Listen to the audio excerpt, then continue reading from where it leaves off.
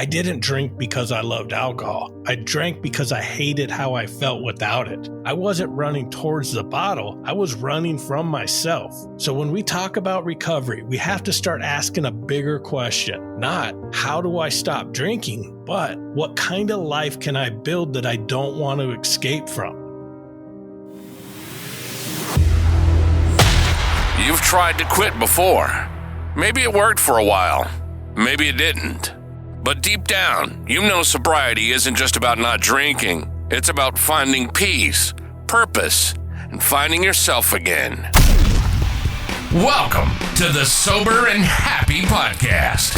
Each week, Tim shares hard-earned lessons from his own decade of recovery, real talk, real methods, and the mindset that helped him turn the fight of sobriety into a life he actually loves. This is the Sober and Happy Podcast. Now, here's your host, Tim Phillips. Welcome back, Sober and Happy family. Man, I can't tell you how great it feels to be doing this podcast again and connecting with you guys each week. You know, today I want to talk about something that doesn't get mentioned enough. What happens after you quit drinking? Not the chaos of active addiction, not the first white knuckle days of sobriety, but the strange middle part where you've done the hard thing and life still doesn't feel the way you thought it would. I know when I first got sober, I honestly believed that I'd be happy, joyous, and free. That the moment that I stopped drinking, everything would start falling into place. But in the beginning, sometimes moments felt good. And there's definitely a sense of accomplishment as I begin to accumulate sober days. But life was not very peaceful. Yes, I was not living in the insanity that comes with a life of addiction, but I still felt a different kind of chaos. I was face to face with the wreckage I'd created, trying to fix broken relationships, paying off debts, rebuilding trust, and somehow trying to figure out how to forgive myself for the things I couldn't take back. My head was loud with guilt and shame, and every day felt like I was trying to hold myself together just enough to make it through. Then after a while, the dust started to settle. I was staying sober, showing up, doing the right things, and yet something still felt a little off. The pain was still there. Sure, there were flashes of happiness and joy, but they faded as quickly as they came. And that's when the question started creeping in. Is this really it? Now that's a dangerous moment, because even if you're not thinking about drinking every day, the thought starts to sneak back in, not because you miss being drunk necessarily, but because you miss feeling different. Drinking had always been my shortcut to peace, and without it, life just felt, kind of flat. It wasn't miserable, just empty in a way that scared me. And here's what I didn't realize at the time. I had become addicted to chaos. When life started to calm down, it didn't feel peaceful. It felt restless. I didn't know what to do with quiet because for so long, my comfort zone had been conflict, drama, and crisis. Life before was a constant hustle, hustling to make sure I had alcohol, scrambling to clean up yesterday's mess, working overtime just to keep all my lives straight. When that stopped and things got quiet, it didn't feel peaceful. It felt like withdrawal from the only world that I knew. And that's the part nobody really warns you about. When the chaos fades, you're left with yourself, your thoughts, your regrets, your fears, and your unmet needs. And for a while, it could feel louder than ever. But that's also where the real work begins, because that's when you finally start to feel what's underneath the drinking, what you're really trying to fix, numb, or forget about.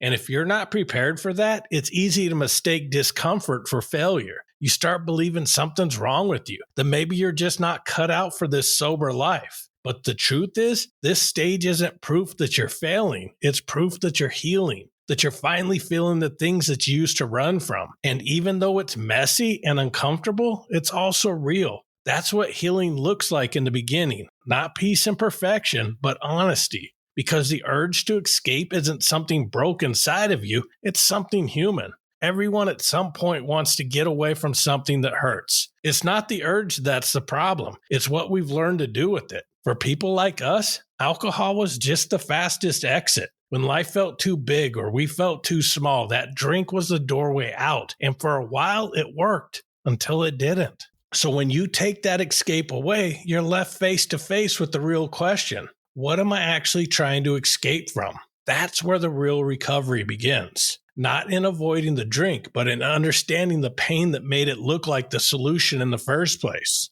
The urge to escape is one of the most human things there is. You don't need to even be an addict to understand it. Everyone at some point has tried to get away from something that feels too heavy, whether it's stress, loneliness, boredom, or pain. For people like us, alcohol just happened to be the most effective escape hatch. When life felt too big or we felt too small, that drink was the doorway to relief. It didn't fix anything, but it changed how we felt about it. And for a while, that was enough.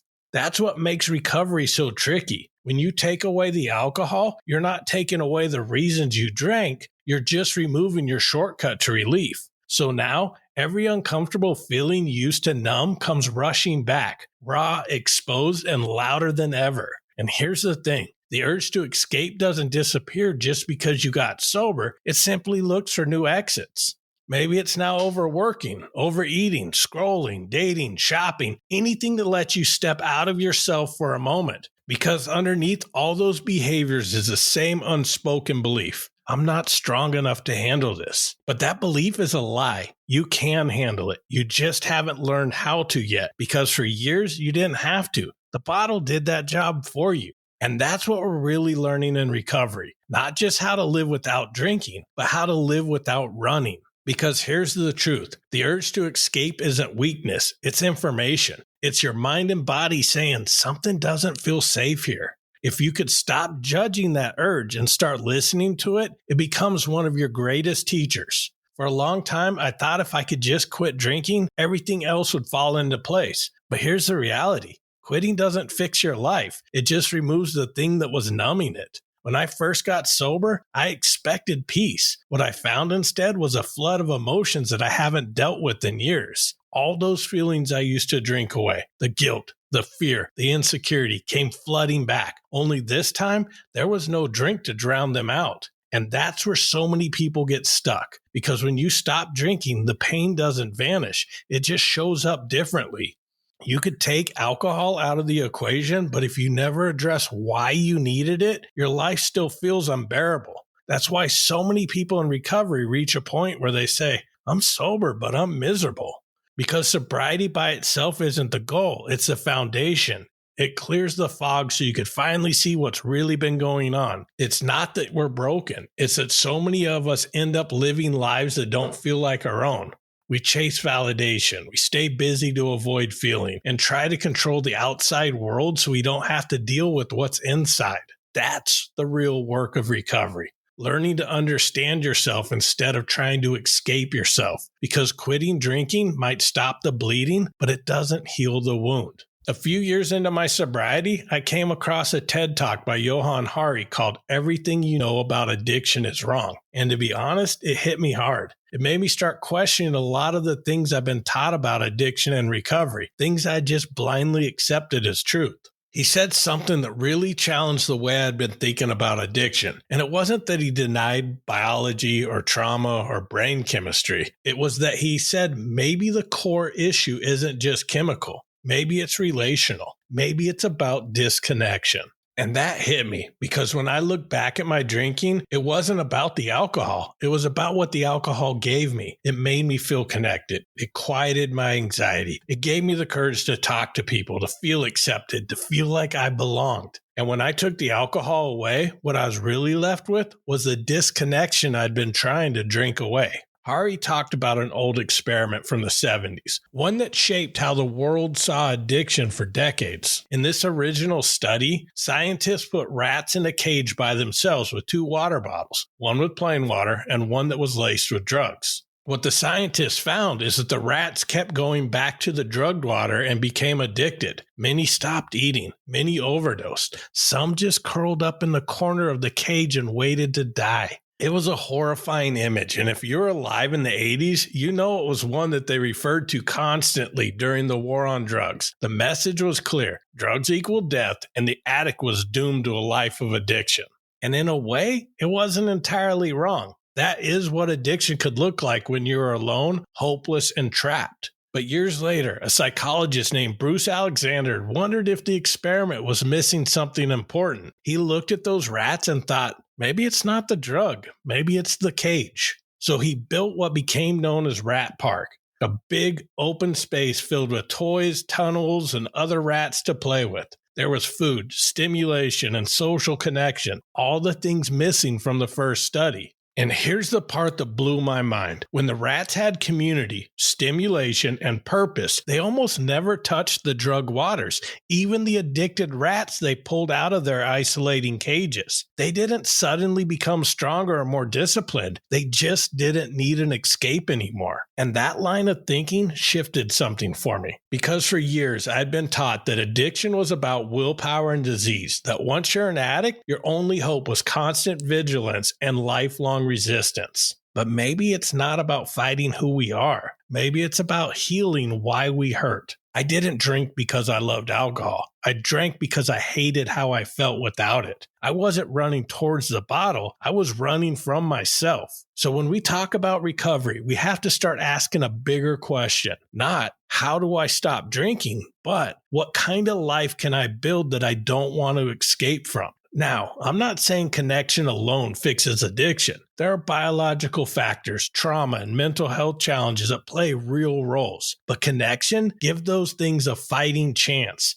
It's the difference between surviving recovery and actually healing in it. Because if addiction thrives in isolation, then in the same way, recovery thrives through connection. That's where the shift happens. At first, connection is the lifeline that keeps you from slipping back. But over time, connection to yourself, connection to others, connection to something bigger than you. That's what building a life that you don't need to escape from is really about. Because you can't just take away something that numbed you and call it peace. You have to fill that space with something real. Looking back to when I first got sober, I didn't really know who I was without drinking. Every version of me, the funny one, the confident one, the social one, all came with alcohol or drugs. So when that was gone, I had to relearn myself from the ground up. That meant sitting with emotions I used to drown out. Boredom, sadness, fear, and realizing that they weren't enemies. They were signals. Each one was trying to tell me something about what I needed to heal or change. And that's where a lot of people get tripped up. They expect peace to feel good all the time. But peace doesn't always feel like comfort, especially when you lived most of your life in chaos. Sometimes peace feels empty, even boring, because you haven't learned to trust it yet. That's why reconnecting to yourself is about presence. It's about showing up for your own life, even when it's uncomfortable. It's building self-trust, one small promise at a time, doing what you say you'll do, following through, even when nobody's watching. That's how confidence is built, not by pretending you're strong, but by proving to yourself you could handle hard things. Connection to others is just as important, but not the surface level kind. I'm not talking about collecting friends or joining a bunch of groups. I mean truly being known, letting people see the real you, the unfiltered, unpolished you, and letting that be enough. Because loneliness isn't just being alone, it's also being surrounded by people and still feeling unseen. And I remember when that truth really hit me. At the time I first heard the Rat Park story, I thought I'd already had my own version of it. I'd been in AA for over 5 years. I was at meetings multiple times a week, sponsoring people, and deeply connected in the recovery community. On paper, I was thriving. Everyone around me told me how great I was doing. When I spoke at meetings, people would come up afterwards and tell me how much my story inspired them. My sponsees were doing well, and I felt like I was really helping people. But the truth was, I wasn't being authentic in those connections. For years, I'd quietly questioned whether the 12-step approach and some of the beliefs behind it actually aligned with me. But I didn't tell anyone. The few times I tried to talk about it, people would tell me that that was the alcoholism talking, trying to pull me away from AA, trying to make me drink again. So I stayed quiet. Part of me believed that my own discomfort was a small price to pay if it meant I could help someone else feel better. And honestly, I was scared. All my friends were in AA, and I thought if I ever explored another path of recovery that I might lose them.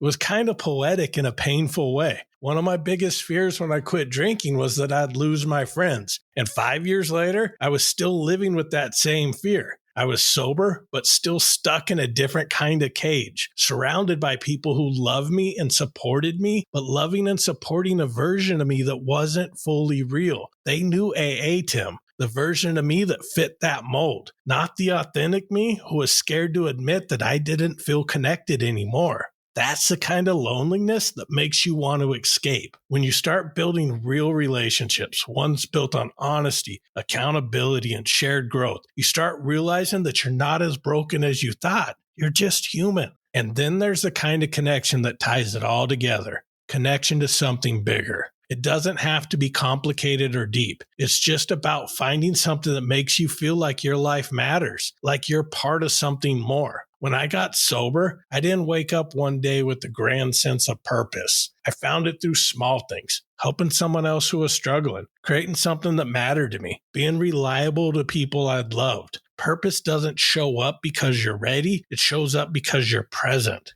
And when you start aligning your days with what truly matters instead of what numbs you, life begins to feel meaningful again. You stop asking, how do I escape this? And start asking, how can I make this better? Connection, purpose, and presence. That's what turns surviving into living. When you live from that place, peace stops feeling like something that you have to chase. It becomes something you create, one choice at a time. But even with that kind of growth, there's a trap that almost everyone falls into, one that I've found myself in more than once. It's the belief that once life finally feels stable, that we've arrived, that we could stop pushing, stop growing, stop facing uncomfortable stuff, and just enjoy the calm. And that's where the comfort trap begins. One of the hardest things to learn in recovery is that comfort can be just as dangerous as chaos. Most of us think the goal is to finally feel at ease, to never be anxious, lonely, or uncomfortable again. But the truth is, comfort has a sneaky way of becoming its own form of escape.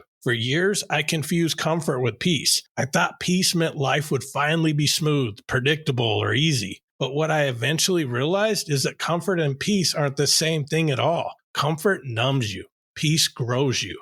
When you chase comfort, you stop moving. You avoid hard conversations, skip the gym, scroll instead of sitting with your thoughts, isolate instead of connect. And before you know it, you're back to running, just in a quieter way. And that's the danger of comfort. It makes you believe that you found peace when really you've just stopped growing. I've seen it in myself more times than I could count. After I got sober, I'd hit these stretches where life finally felt steady, and I'd convinced myself I could just coast for a while. But before long, that calm turned into restlessness, and my mind started whispering bad ideas again. The truth is, real peace doesn't come from avoiding discomfort. It comes from learning you could face it and still be okay. Peace is knowing that you don't have to run anymore. It's being able to sit in the quiet and not need to fill it. Discomfort isn't punishment, it's feedback. It's life's way of telling you that something inside you wants to expand. When you ignore it, you stay stuck in old patterns. When you listen to it, you grow. That's why the goal of sobriety isn't to live a life that's comfortable. It's to live a life that's honest. Because when you're honest with yourself, even your pain starts to have purpose. There's a quote I love that says, "Ships are safe in harbor, but that's not what ships are built for."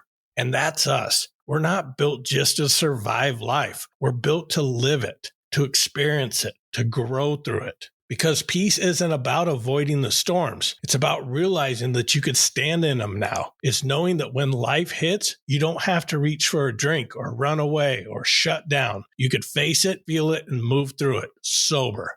When I talk about building a life you don't need to escape from, I'm not talking about creating a life without problems. I'm talking about creating a life with purpose, one that makes the pain worth it. There will still be sad days, arguments, disappointments, and losses. There'll still be moments when you feel restless, unsure, or even lonely. But those moments don't define your life anymore. They're just part of it. And when you stop fighting them, when you stop seeing them as proof that you're broken, something shifts. You start to see pain differently. Instead of asking, how do I make this go away? You start asking, what is this trying to teach me? And that's when everything changes. Because meaning doesn't erase pain. It gives it context. It turns it into fuel. The hard days become part of your growth, not a reason to give up. And when you reach that place, you finally realize something powerful. You don't need to escape anymore. You just need to keep showing up. So here's my challenge for you this week. Take an honest look at life and ask yourself, where am I still trying to escape? Maybe it's loneliness. Maybe it's boredom. Maybe it's that nagging feeling that something's missing. Whatever it is, don't judge it. Just notice it. And then ask a different question. What can I build here that would make me want to stay? It doesn't have to be a huge thing. Maybe it's reconnecting with an old friend, signing up for a class you've been avoiding, or finally journaling about something you've been holding in. Small steps matter because they're proof that you're showing up for yourself. You don't have to have it all figured out. You just have to take one step in the right direction of the life you want. Because the goal isn't to escape your life, it's to create one that feels worth being fully awake for.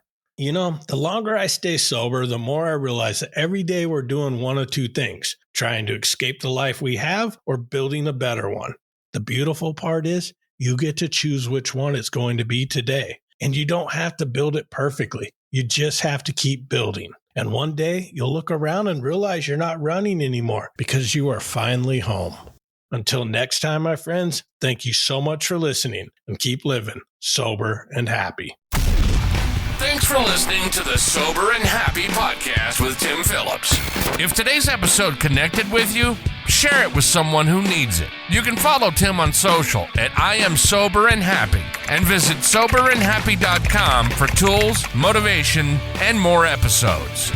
Remember, quitting drinking is just the beginning. The real goal is learning to love yourself and love your life. This has been the Sober and Happy podcast. See you next time.